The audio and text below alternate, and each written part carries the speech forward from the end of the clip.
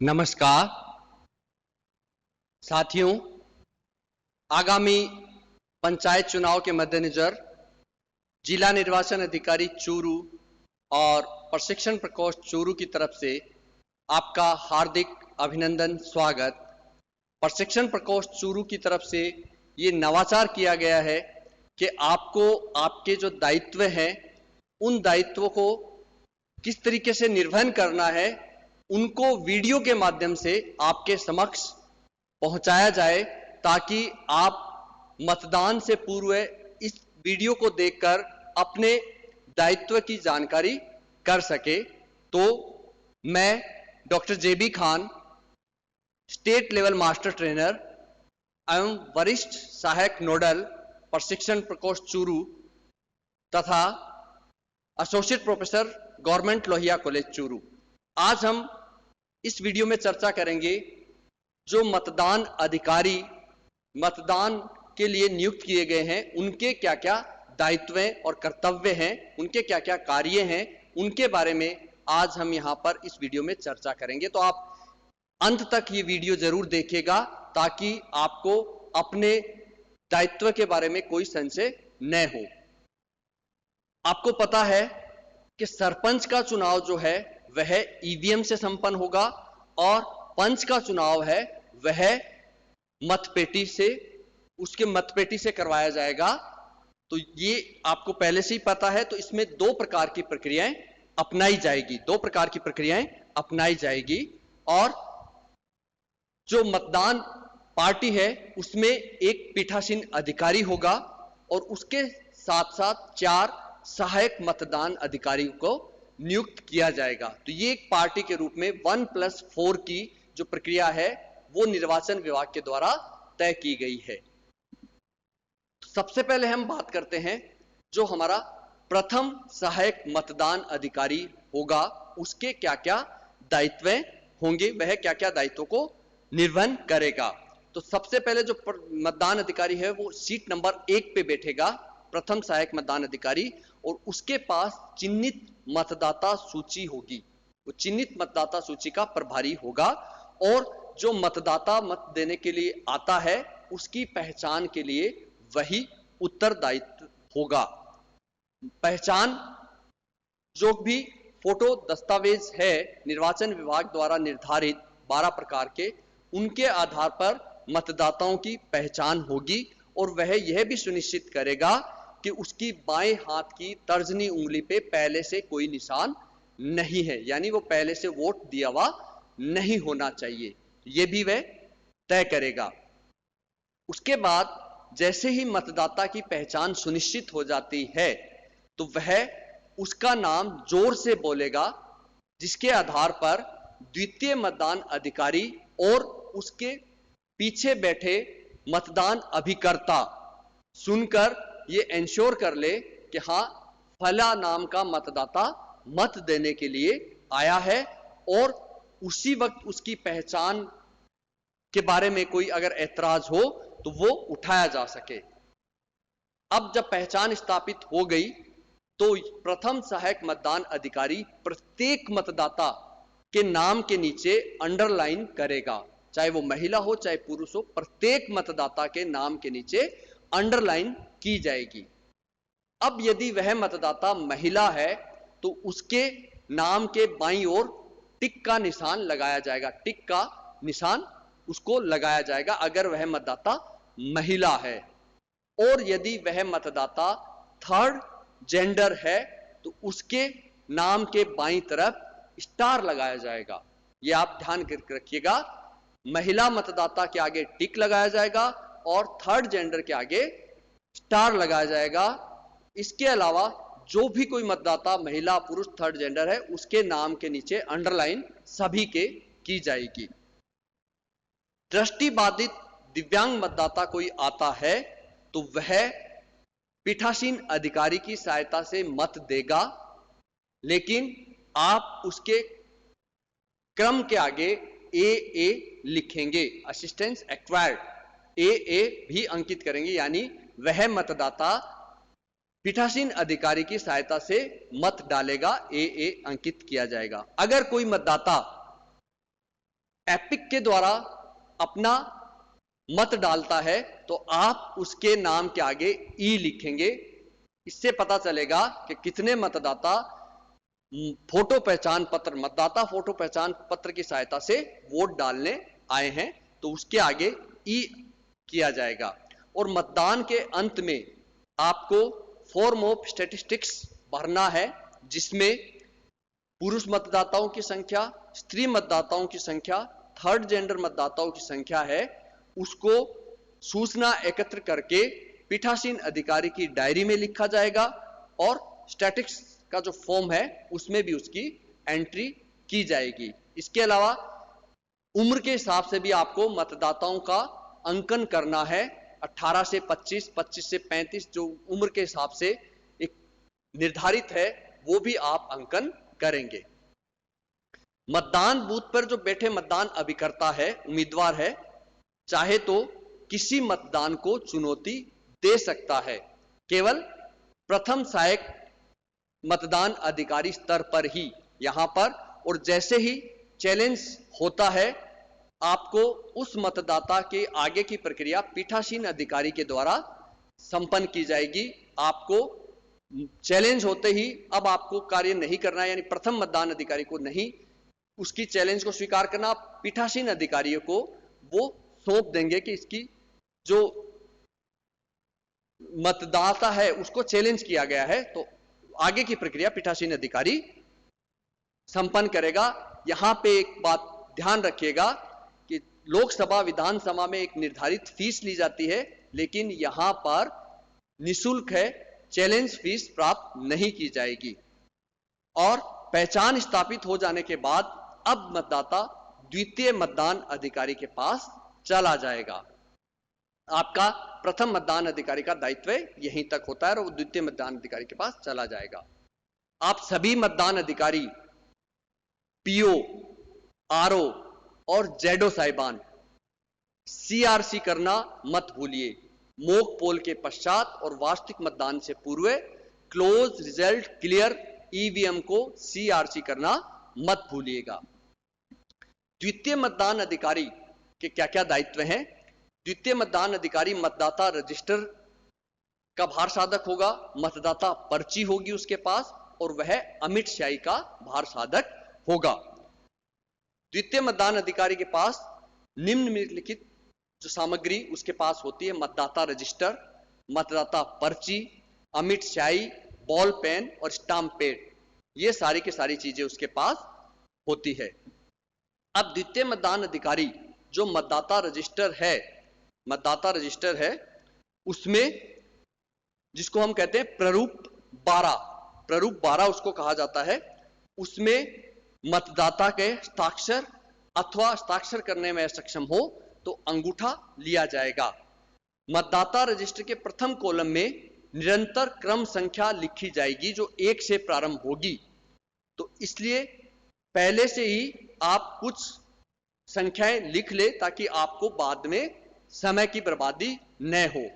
Register के दूसरे column में मतदाता सूची की चिन्हित प्रति में और जिस वार्ड में से संबंधित है उसकी संख्या आएगी। पुनः दोहरा दूं, रजिस्टर के दूसरे कॉलम में मतदाता सूची की चिन्हित प्रति के जिस वार्ड से संबंधित है उसकी संख्या तथा मतदाता सूची में जो क्रम है उसकी संख्या अंकित की जानी है। जैसे अगर वह वार्ड 2 में और 518 नंबर पे अंकित है तो 2/518 आपको वहां पर लिखना होगा।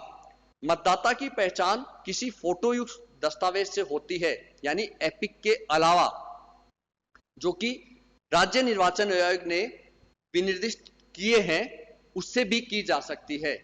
लेकिन पहचान के दस्तावेज जो हैं उसके अंतिम 4 डिजिट मतदाता रजिस्टर के रिमार्क अभ्युक्ति या कॉलम जो है उसमें अंकित किए जाएंगे। और यदि केवल 4 ही क्रमांक है उसमें तो पूरे के पूरे, अथवा बड़े क्रमांक है तो अंतिम 4 रिमार्क वाले कॉलम में आपको लिखना है। अगर कोई मतदाता दृष्टिबाधित या दिव्यांग है जिसको पीठासीन अधिकारी की सहायता ली जाती है तो मतदाता रजिस्टर के प्रारूप 12 का जो कॉलम 4 है, यानी रिमार्क वाला कॉलम है, उसमें सहायता का कारण लिखा जाएगा। मतदाता के जो हस्ताक्षर है या अंगूठा निशानी है, वो रजिस्टर के तीसरे कॉलम में प्राप्त करनी है। अगर कोई मतदाता कोविड-19 से संक्रमित है, क्वारंटाइन है और वह मेडिकल बोर्ड के सहायता से वोट देने आया है, तो उसके न तो अंगूठा लेना है, न उसके स्याही लगानी है, उसको केवल मत देने का अधिकार दिया जाएगा। मतदाता हमेशा जब अंगूठा लगाएगा तो बाएं हाथ का अंगूठा लगाएगा, बाएं हाथ का अंगूठा लगाएगा। और अगर बाएं हाथ का अंगूठा नहीं है तो फिर वह दाएं हाथ का अंगूठा लगाएगा। अगर दोनों अंगूठे नहीं है तो फिर बाएं हाथ की तर्जनी, और तर्जनी भी नहीं है तो ये उंगलियां शिफ्ट होती जाएगी, मिडिल, उसके बाद ये और उसके बाद ये। अगर ये भी नहीं है तो इस हाथ में, यानी एक के बाद एक, जो नहीं है तो उसके अगली उंगली काम में ली जाएगी। तो ये आपको ध्यान रखना है कि अमिट स्याही जो है वो बाएं हाथ की तर्जनी उंगली पर लगानी है, बाएं हाथ की तर्जनी उंगली पर लगानी है। और जो यहां से रिज से शुरू होकर पूरे नाखून तक पूरी लंबाई में आपको बाएं हाथ की तर्जनी उंगली पे लगानी है। अंधे और शिथिलांग मतदाता है, उनको पीठासीन अधिकारी की सहायता से हेल्प की जाएगी। क्वारंटाइन मतदाता हमें कोविड-19 से संबंधित महामारी के जो निर्देश हैं उनकी पालना आवश्यक रूप से करनी है। मतदाता स्वयं का पेन इस्तेमाल नहीं कर सकेगा, आपको भी 1 घंटे के बाद पेन बदलना है।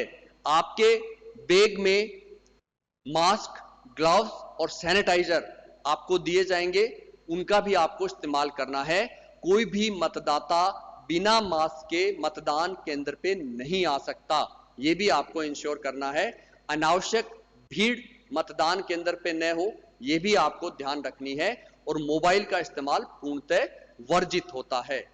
पुनः सीआरसी करना मत भूलना। उसके बाद तृतीय मतदान अधिकारी, उसके क्या क्या दायित्व है? इसके पास पंच पद के मतपत्र होते हैं, सरपंच पद की ईवीएम का प्रभारी यानी कंट्रोल यूनिट इसके पास होगी। तृतीय सहायक मतदान अधिकारी के पास कंट्रोल यूनिट होगी, यानी बैलेट जब जारी होगा सीयू में तो वह तृतीय मतदान अधिकारी जारी करेगा। इसके पास निर्वाचक नामावली की चिन्हित प्रति जो है उसकी दूसरी प्रति तृतीय मतदान अधिकारी के पास होगी। पंच जो है उसके जो मतपत्र है प्रत्येक वार्ड के लिए अलग अलग इसके पास पहले से ही मुड़े हुए होंगे। कंट्रोल यूनिट इसके पास होगी। सरपंच पद की सफेद मतदाता पर्ची की सहायता से तृतीय जो सहायक मतदान अधिकारी है वह मतपत्र की अंतिम 3 अंक वह निर्वाचक नामावली की चिन्हित मतदाता सूची में दर्ज करेगा और यह पूर्णतया गोपनीय होगा, किसी को भी इसके बारे में नहीं बताया जाएगा, पूर्णतः गोपनीय होगा। अब तृतीय मतदान अधिकारी जो है वो सरपंच पद की सफेद मतदाता पर्ची को एकत्रित करेगा तथा ईवीएम से सरपंच पद का बैलेट जारी करेगा और उसके बाद मतदाता को वोटिंग कंपार्टमेंट में जाने के लिए कहेगा और ताकि मतदाता अपने पसंद के उम्मीदवार को मत रिकॉर्ड कर सके। जब यह सुनिश्चित हो जाएगा कि जिस क्रम में मतदाता आया है उसी क्रम में उसको वोटिंग कंपार्टमेंट में भेजा जाएगा। अगर किसी परिस्थिति वश वह उस क्रम को तोड़ रहा है, यानी आपका क्रम टूट रहा है, तो उस क्रम को आपको मतदाता रजिस्टर के अभ्युक्ति कॉलम में दर्ज किया जाएगा कि इसका क्रम क्यों टूटा, क्रम क्यों टूटा, यह ध्यान रखा जाएगा। उसमें किसी भी समय मतदान कक्ष में एक से अधिक मतदाता को जाने की अनुमति नहीं दी जाएगी। एक समय में एक ही मतदाता मतदान कक्ष में जा सकता है। पीठासीन अधिकारी की डायरी में सभी प्रविष्टियों को करने के लिए पीठासीन अधिकारी को समय समय पर टोटल बटन दबाकर 10 बजे, 1 बजे और 3 बजे और उसके बाद मतदान समाप्ति के पश्चात दर्ज वोटों की संख्या बताई जाएगी। दर्ज वोटों की संख्या बताई जाएगी, जो कि मतदान जो पीठासीन अधिकारी है वो नोट करते रहेंगे और उच्च अधिकारियों को सूचित करते रहेंगे। अब आपकी ड्यूटी तृतीय सहायक मतदान अधिकारी का कर्तव्य यहां पे समाप्त हो जाएगा और इसके बाद मतदाता जो है वह चतुर्थ मतदान अधिकारी के पास चला जाएगा। तो चतुर्थ जो सहायक मतदान अधिकारी है उसके पास एरो क्रॉस मार्क सील होगी, स्टाम्पेड होगा, सफेद कागज की सीट होगी और सील बंद मतपेटी होती है। सील बंद मतपेटी होती है। मतदाता अपना चतुर्थ सहायक मतदान अधिकारी के पास पंच का जो मतपत्र है वह लेकर आएगा, जो उसे तृतीय मतदान अधिकारी ने जारी किया था उसको लेकर आएगा। अब आपको एरोक्रॉस सील जो है वह दोनों ओर से स्टाम्प पैड पे स्याही लगाकर मतदाता को देनी है।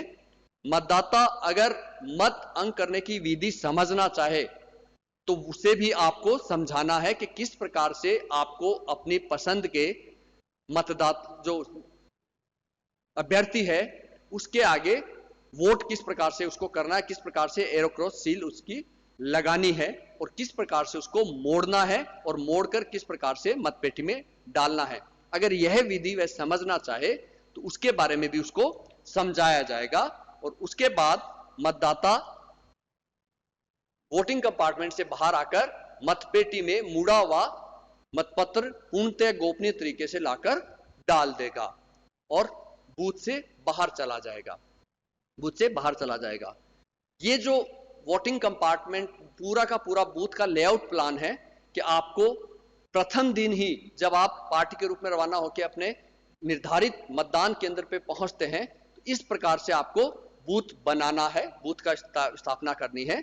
आपके सबसे पहले एंट्री होगी और एंट्री के बाद आप सबसे पहले प्रथम मतदान अधिकारी के पास आएगा मतदाता, उसके बाद वह द्वितीय मतदान अधिकारी के पास और तृतीय मतदान अधिकारी के पास, तृतीय मतदान अधिकारी के पास और तृतीय मतदान अधिकारी बैलेट जारी करने के बाद मतदाता ईवीएम के वोटिंग कंपार्टमेंट में चला जाएगा। ईवीएम के वोटिंग कंपार्टमेंट में चला जाएगा और वोट दर्ज करने के बाद वह बाहर निकलेगा और चतुर्थ मतदान अधिकारी के पास आएगा। चतुर्थ मतदान अधिकारी के पास आकर और वह मतपत्र के द्वारा वोट डालने के लिए एरोक्रॉस सील लेगा और सील लेने के बाद इस दूसरे कंपार्टमेंट में जाएगा, वोट दर्ज करेगा, मतपत्र को मोड़ेगा और मोड़कर लाकर बैलेट बॉक्स में डाल देगा और बैलेट बॉक्स में डालकर मतदान कक्ष से बाहर चला जाएगा। आपको बार बार यह ध्यान रखना है जो कोविड-19 से संबंधित दिशा निर्देश है उनकी पालना आप जरूर करें। मास्क पहने, मतदाता भी मास्क पहने और बार बार सैनिटाइज करें, टेम्परेचर ले, तापमान ले और जो अगर क्वारंटाइन मतदाता आता है तो सबसे अंत में मतदान करेगा। इन चीजों को आपको ध्यान में रखना है। इसके अलावा बार बार वही बात सीआरसी करना मत भूलना। आपका बहुत बहुत धन्यवाद। आप इस वीडियो को अंत तक जरूर देखना।